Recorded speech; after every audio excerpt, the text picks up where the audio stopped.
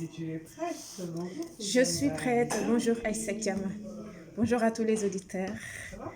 Oui, ça va être et toi? Bienvenue. Alors Aïssa, aujourd'hui, on va aller chez les Sénoufos.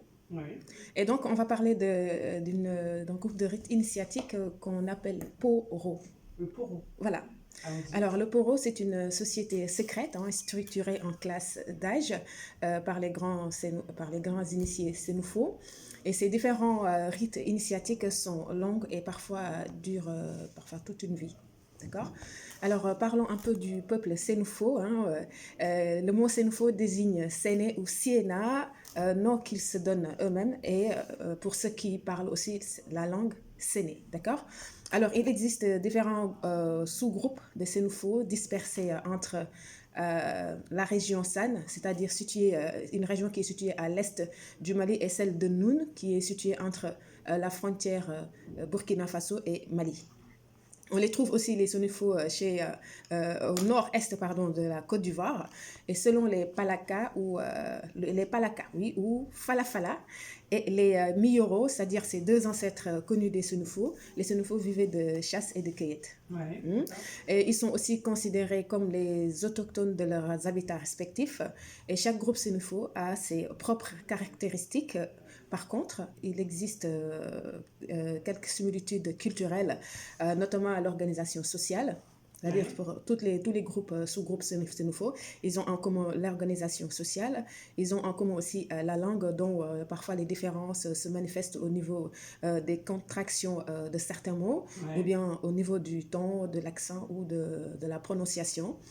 Et ils ont aussi les patronymes en commun, c'est-à-dire les patronymes de base qui correspondent les 5 lignages d'origine des Sénoufos. Nous avons Soro, Yewo, Tuo, Siloué et Sekongo. ok. Et ensuite vient pardon, le panthéon sénoufo. Hein. Et là, comme tous les négro-africains, les Kémites, ils reconnaissent l'existence d'un Dieu suprême et unique, et dont les sénoufos appellent Kulu Tiolo. Okay. Et enfin, sur les similitudes viennent le bois sacré et le poro. Mais si on prend l'exemple des sénoufos de Korogo, dans le nord de la Côte d'Ivoire, on note deux types de poros. Nous avons un poro communautaire qui est une phase obligatoire pour tout le monde, et ça permet aux jeunes d'être reconnus et acceptés dans la communauté. D'accord. Nous avons aussi les poros privés dont leurs adhésions deviennent une option. Parce qu'en fait, c'est une société secrète où on compte les grands initiés. Et voilà, c'est ce que c'est. En fait, quand on parle d'initiation ou de grands maîtres initiés, on parle surtout parfois de l'ésotérisme, de spiritualité très, très poussée. Alors, une légende, d'après en fait, sur leur habitat et le côté autochtone, on parle qu'une légende raconte que les Sunfo occupent un territoire qui, à la base, était habité par les Mandébélé, une Oui, population qui s'appelle Mandébélé, et qui étaient des petits génies aux pieds retournés. Ils vivaient de chasse, de cueillette, de culture de mil, mais en fait c'était aussi un peuple itinérant parce qu'ils restaient jamais longtemps sur un endroit. d'accord. Mais s'ils restaient, bon, ils cultivaient le mil, après ils partaient pour changer de destination. D'accord. Et cette population, apparemment, elle a laissé une influence décisive sur les Sénoufos concernant l'agriculture, Oui, mais concernant aussi le système éducatif. Alors, parce que l'histoire, ils disent qu'en fait, après avoir donné tous les secrets aux Sénoufos, ils se sont sentis menacés, et donc ils ont préféré se retirer dans les forêts, où et maintenant ils deviennent des génies de la forêt, et dans la mythologie Sénoufo. Et d'ailleurs, ils sont représentés parfois par des statuettes symbolisant parfois des objets cultuels chez les Sénoufos.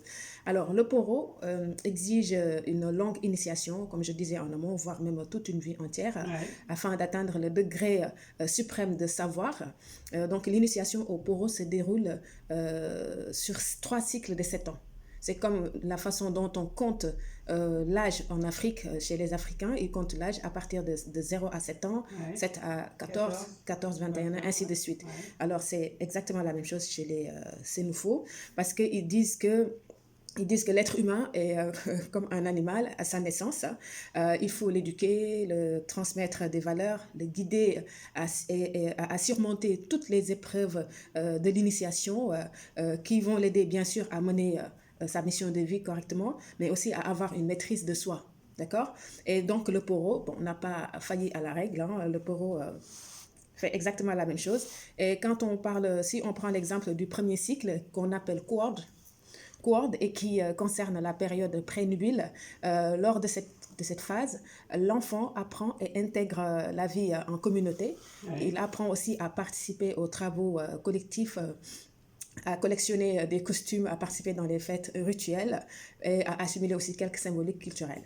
Et pour la deuxième phase Ça à 14. ouais, qu'on appelle Cholo, Cholo, ici, il s'agit en fait d'inciter les néophytes à la réflexion sur le sens de la vie. Ouais. Beaucoup de secrets dont il était incapable de comprendre à l'enfance, maintenant, en fait, ils sont révélés. Et donc là, il peut réfléchir pour comprendre voilà, ce que c'est que la vie, en tout cas sur certaines choses. Et c'est quand on parle de ces secrets, ils concernent parfois les domaines de l'enseignement professionnel, les domaines de la philosophie, de la spiritualité ou du comportement social. Alors, et le troisième cycle et dernier s'appelle Kafono. Kafono qui représente la phase suprême du poro. Hein, il permet l'intégration de la catégorie des initiés masqués. Parce que l'initié qui a atteint le savoir suprême, en fait, l'initié atteint le savoir suprême dans cette phase de Kafono. Hein. Et quand on parle aussi de ces initiés, en fait, du poro, une cotisation annuelle est impérative et en retour, ils sont protégés par des grands maîtres spirituels qui ont en tout cas poussé leurs recherches très très loin concernant le domaine religieux, spirituel et philosophique et j'en passe. Et lors aussi d'un funérail, lors d'un funérail d'initié, hein, un grand maître, ce sont les membres du poro qui vont s'occuper de ces voilà, de tout ce qui est rite, mortuaire et autres, et voilà, qui se sont bien respectés. Et par contre, si, ça, quand j'ai rédigé ça, j'ai pensé à toi, j'ai rigolé parce que je dis, elle va ouvrir grandement les yeux. Tu sais, parfois en Afrique, il y a des morts qu'on dit morts suspectes, en fait. Ça, ce que je te dis là, c'est à l'ancienne, parce que moi, j'en ai déjà entendu parler quand j'étais petite. Et chez les Sunufo, ils disent que quand un initié est décédé et que sa mort est suspecte, qu'est-ce qu'on fait? En fait, on va faire un rite. On interroge ce qu'on appelle Sanogo ou Sandoho, si je le prononce en Wolof, et c'est lui qui va pousser le défunt, en fait, qui est allongé sur un bracard, à guider les porteurs vers la maison de là où habitent les criminels, ou bien vers, en tout cas, le criminel, s'il existe, s'il est présent dans le groupe, voilà. Et ce rite, en fait, je crois que ça se fait dans le sud du Sénégal. J'en ai beaucoup entendu parler quand j'étais petite, Ouais. et aussi en Guinée-Bissau. Et je suis sûre que si je continue les recherches, je le trouverai, si ce n'est pas partout en Afrique noire, ce ne sera pas très très loin. Alors, quant aux femmes, hein, avec le poro, hein, elles peuvent se faire initier au premier cycle, Ouais. mais après cela, il va falloir arrêter, c'est-à-dire se marier, faire des enfants, et au moment de la ménopause, elles ont le droit de recommencer, de continuer en fait l'initiation jusqu'à l'infini. Voilà, donc pour dire que l'initiation au poro féminine et masculine, c'est très différent, tu vois, c'est pas la même chose. Alors aujourd'hui, on trouve des sénoufos chrétiens, quelques sénoufos musulmans et d'autres hein, qui gardent la religion traditionnelle de Kama, ce qu'on trouve partout dans les pays africains. On garde voilà, les traditions, mais quand même, ils arrivent à parfois harmoniser certaines pratiques ancestrales et les religions voilà, qu'on a empruntées. Et donc, l'anecdote, c'est que maintenant, ils disent que l'initiation au poro communautaire est conciliable avec le christianisme, d'accord?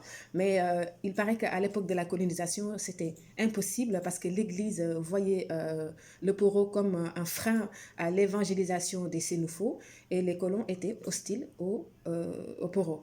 Donc, Aïssa, pour conclure, je voulais dire que le Poro a pour fonction de transmettre, d'enseigner le savoir collectif qui participe d'une part à une puissante cohésion sociale. Voilà. Merci beaucoup, Merci Aïssa. pour cette action. Vous pourrez télécharger dans quelques heures sur le site de la radio africaine et on se retrouve la semaine prochaine pour d'autres traditions. Merci.